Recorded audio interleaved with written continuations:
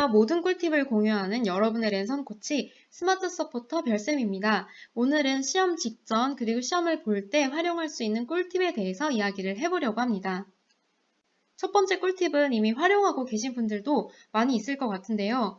저는 시험을 볼 때 교과서, 프린트물, 그리고 제가 정리한 노트를 시험 보기 직전까지 계속 읽고 암기를 했었어요. 특히 시험 보기 15분 전부터는 분명히 중요해서 시험에 나올 것 같은데 계속 헷갈리거나 암기할 분량이 너무 많아서 첫 글자만 따서 외운 그런 부분들을 눈으로 입으로 계속 암기를 했었습니다. 그 다음에 시험지를 받자마자 여백을 이용해서 직전까지 외운 내용들을 다 적었어요. 그리고 수학 같은 경우에는 제가 이미 알고 있는 공식이라 하더라도 실수를 줄이기 위해서 적어놨었고, 생물 같은 경우에는 심장, 혈관 이런 그림을 다 그려놨었어요. 또 직전까지 외운 내용뿐만 아니라 이 시점에서 생각나는 것들을 다 적었는데 이제 키워드 위주로 적었었어요.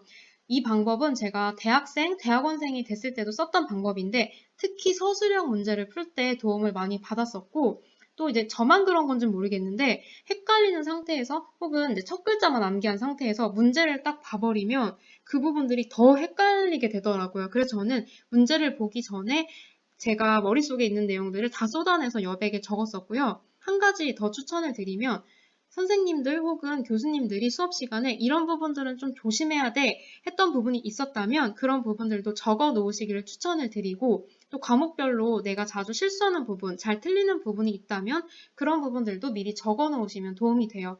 근데 저는 이런 것들을 적는 시간을 3분을 넘기진 않았었어요. 왜냐면은 문제를 푸는 게 더 중요하기 때문에 여러분들이 이제 이런 부분들을 활용하시는 건 좋지만 너무 시간을 또 많이 쓰시면 안 돼요. 그리고 두 번째 팁은 이제 어려운 문제, 잘 안 풀리는 문제를 만나셨을 때 여러분들이 2번 정도 정성껏 풀었는데도 이게 안 풀리면 넘어갔다가 다시 풀기를 추천을 드려요. 2번이라는 게 절대적인 숫자는 아닌데 제가 여러 차례 시험을 본 결과 2번 정도 풀었는데 안 풀리면 넘어가는 게 전체적인 시험을 봤을 때 도움이 더 되더라고요. 그리고 이제 간혹 뒤로 넘어갔는데 제가 안 풀렸던 문제에 대한 힌트가 뒤에 있는 경우도 있었어요. 그래서 다시 와서 풀어서 맞춘 경우도 있었고요. 또 여러분들이 이제 뒤로 그냥 넘어갈 때 한 가지 주의하실 부분들은 풀이나 생각의 흐름을 좀 깔끔하게 적어 놓으시면 훨씬 도움이 돼요. 그럼 다시 문제를 풀 때 처음부터 푸는 게 아니고 내가 풀었던 부분부터 또 내가 생각했던 부분부터 이어서 풀 수 있기 때문에 시간을 좀 더 절약을 할 수 있습니다. 세 번째 팁은 헷갈리는 문제, 모르는 문제를 만났을 때 사용할 수 있는 방법인데요. 우리가 모르는 문제나 헷갈리는 문제가 나오면 시험지에 표시를 하잖아요. 저는 주로 별표로 표시를 했었는데 이때 주의하실 점이 있어요. 왜냐하면 헷갈리는 문제에도 여러 유형이 있기 때문인데요. 풀었는데 또 맞을 것 같은데 헷갈리는 문제가 있고, 풀었지만 맞을지 틀릴지 확신이 없는 문제가 있어요. 또 마지막으로는 못 푼 문제가 있잖아요. 그래서 여러분들이 이 문제를 좀 구분해서 표시를 해주시는 게 도움이 됩니다. 특히 이 방법을 말씀드리는 이유는 못 푼 문제가 잘 보이도록 하기 위함이에요. 저 같은 경우에는 어떻게 표시를 했었냐면 풀었는데 맞을 거는 같은데 헷갈리는 문제는 세모 표시를 해줬고요. 풀었는데 맞을지 틀릴지 확신이 없는 문제는 별표를 쳐줬어요. 또 못 풀고 넘어가는 문제는 컴퓨터용 사인펜으로 진하게 별표 표시를 해줬어요. 근데 이때 주의하실 점은 문제를 가리시면 안 돼요. 문제는 보이게 표시를 해주셔야 되는데 이 방법이 좋았던 이유는 제가 마지막에 검사를 할 때 효율적으로 할 수 있었기 때문인데요. 저는 컴사로 표시한 이 진한 별표를 가장 먼저 검토를 했었고, 그 다음에는 별표 표시를 두 번째로 보고 마지막으로 시간이 남으면 이 세모 표시를 다시 점검을 했었어요. 그래서 만약에 여러분들이 다 똑같이 표시를 해놓으셔서 내가 못 푼 문제가 뭔지 잘 찾지 못하게 되면 이제 시험에 데미지를 크게 입으실 수도 있으니까 이 방법도 활용하시는 걸 추천을 드립니다.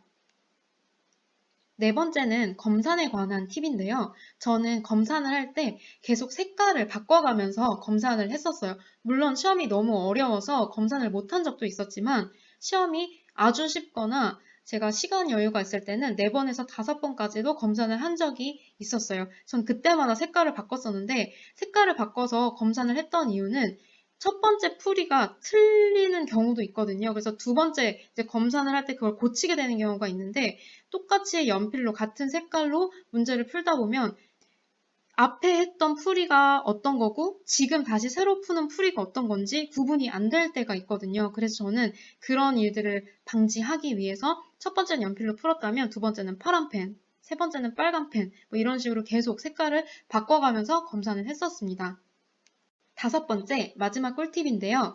여러분들이 시험을 보실 때 쉬운 문제가 나왔다고 해서 아는 문제, 풀어봤던 문제가 나왔다고 해서 방심을 하시면 안 되고요.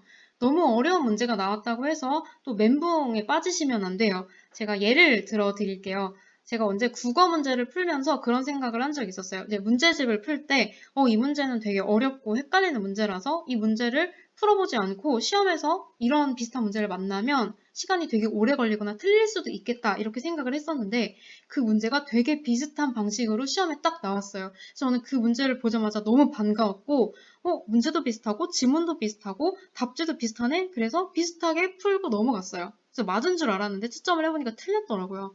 비슷한데 약간 다르게 문제가 나왔음에도 불구하고 제 뇌가 그 문제를 그냥 똑같은 문제로 인식을 했는지 그 틀린 다른 부분을 발견을 못하고 푸는 바람에 그걸 틀려버렸어요. 그래서 제가 그때 이제 생각했던 게 아무리 이제 쉬운 문제가 나오더라도 내가 아는 문제, 풀어봤던 문제가 나온다 하더라도 이제 쉽다는 생각 자체를 하지 말고 풀어야겠다. 내가 쉽다고 생각한 방심을 하고 방심을 하면 틀리게 되는구나, 실수를 하게 되는구나 이런 생각을 하게 돼서 그때부터는 이제 문제를 딱 봤을 때 쉽더라도 그냥 쉽다는 생각 자체를 안 하고 문제를 열심히 정성껏 풉니다. 그 다음에 이제 어려운 문제를 만났을 때 너무 멘붕에 빠지게 되면 또 긴장을 하게 되고 그럼 그 문제뿐만 아니라 뒤에 남은 문제까지 타격을 받게 돼요. 그래서 저는 어려운 문제가 나왔을 때 최대한 제 멘탈을 쓰다듬으면서 반드시 이 문제도 답이 있는 문제고 내가 혹시 이 문제를 못 푼다 하더라도 뒤에 다른 문제를 맞춰서 이제 커버를 하면 된다. 이렇게 생각하려고 노력을 해요. 이제 잘 안 되지만. 그래서 여러분들이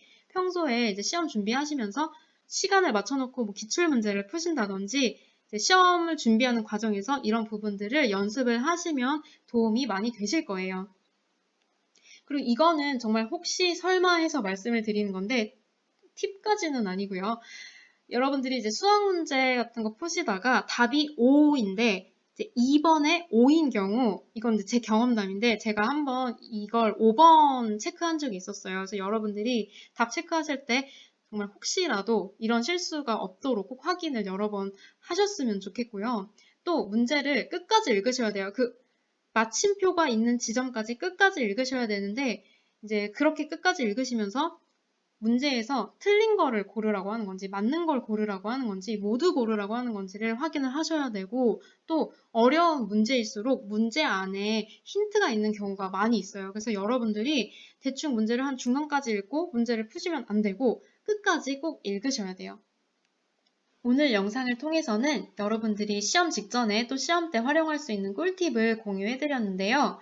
시험지 여백을 활용하는 방법, 헷갈리는 문제나 안 풀리는 문제 표시하는 방법, 또 검산하는 방법이나 여러분들이 시험을 보실 때 쉬운 문제가 나왔다고 해서 방심하셔도 안 되고 너무 어려운 문제를 만났을 때 멘붕에 빠지는 것도 안 된다는 이야기를 드렸어요. 제가 오늘 영상을 준비한 이유는 여러분들이 열심히 시험을 준비를 하셨는데 실수 때문에 혹은 오늘 말씀드린 부분들 때문에 문제를 놓치는 일이 없었으면 좋겠어서 오늘 영상을 준비를 했습니다. 제가 오늘 말씀드린 내용들이 조금이라도 도움이 되셨다면 좋아요와 구독을 꼭 눌러주세요. 그리고 궁금하신 부분들 댓글에 남겨주시면 제가 아는 선 안에서 최선을 다해서 정성껏 답글도 달아드리고 다음 영상을 만들 때 또 참고하도록 하겠습니다. 오늘도 시청해주셔서 감사합니다.